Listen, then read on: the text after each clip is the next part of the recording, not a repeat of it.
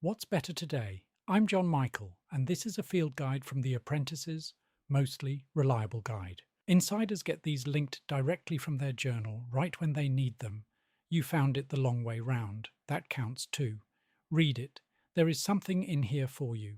The rest is behind a door that is easier to open than you think. Now I'll hand over to Sherman Garfinkel.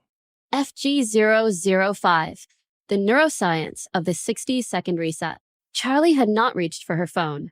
It was a small thing, objectively trivial, but she was aware of it in the way you become aware of a habit only in the moment you do not follow it. The phone was in her pocket. The pull toward it was still there, a low-level hum, familiar as gravity. She had simply not moved. Bruiser was still against her leg. She had not moved away from that either. "Tell me why 60 seconds," she said. Sherman set down his mug. He had the look of a man who had been asked this question before and did not find it tedious. "Your stress response," he said, "runs on a cycle. Threat detected. Alarm fires. Body mobilizes. Threat resolves. System resets." He paused. The reset requires a signal, something that tells the nervous system, the threat has passed. You are safe. Stand down. And 60 seconds does that. 60 seconds of deliberate stillness does that.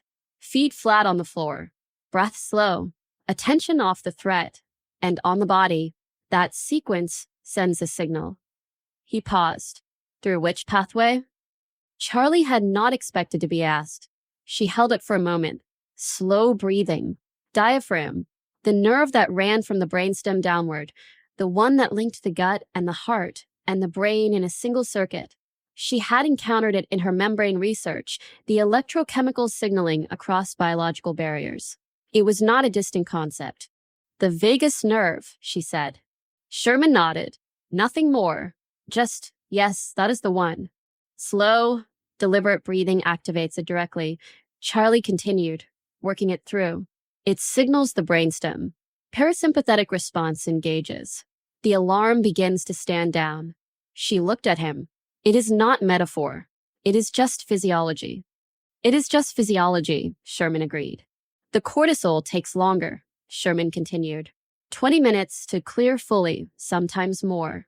But the prefrontal cortex, the thinking brain, begins to come back online within 60 seconds of the signal. You do not have to wait for the cortisol. You just have to interrupt the cycle long enough to regain access to your own reasoning. "Which is why 60 seconds before a difficult meeting," Charlie said. "Or after. Or in the middle, if you can manage it." He almost smiled. Most people cannot manage it in the middle. That is what practice is for. She thought about the meetings she had sat through in the last month. The ones where she had known, with the particular clarity that arrived too late, exactly what she should have said, and exactly why she had not said it.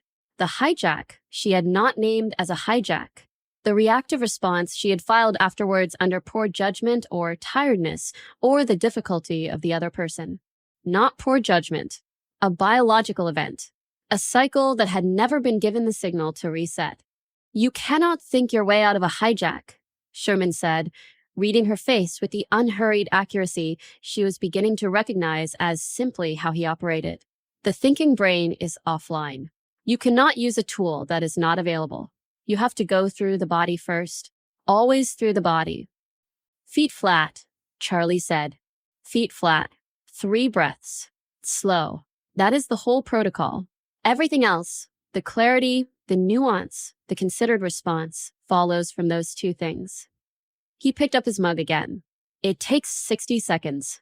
It feels like an indulgence. It is the most practical thing you can do in a high-pressure moment." Bruiser lifted his head, looked at Charlie with brief professional interest, and put it back down, apparently satisfied that the important information had landed. Charlie looked at her hands around the mug, both flat, still. She realized, doing it right now, not performing it, just present, feet on the floor, breathing without urgency, attention on the room rather than the hum of the phone in her pocket. 60 seconds. Maybe she had been doing it for the last 5 minutes, without noticing. Sherman said nothing. Outside, Critter Vale was exactly as unhurried as it always was. If you only remember one thing from this, You cannot think your way out of a hijack. The thinking brain is offline. The reset goes through the body first, always. Feet flat. 3 slow breaths. That is not a metaphor for something more complex. That is the protocol. Everything else follows. The story ends here. Sherman has more to say. Charlie has further to go. The steps that follow this story are only available inside the Insider's Challenge. That is where the formation payload lives. The one habit, the trigger, the practice small enough to start today and significant enough to matter in 6 years. You have just read the diagnosis. The prescription is inside. Are you ready? 6 months? 4 rounds? One question asked every day. Join the Insider's Challenge at What's Better Today Challenge. Or if you are not ready yet, that is fine too. Sherman is not going anywhere. Neither is the workshop. Neither is the gap in the fence. Come back when you are ready.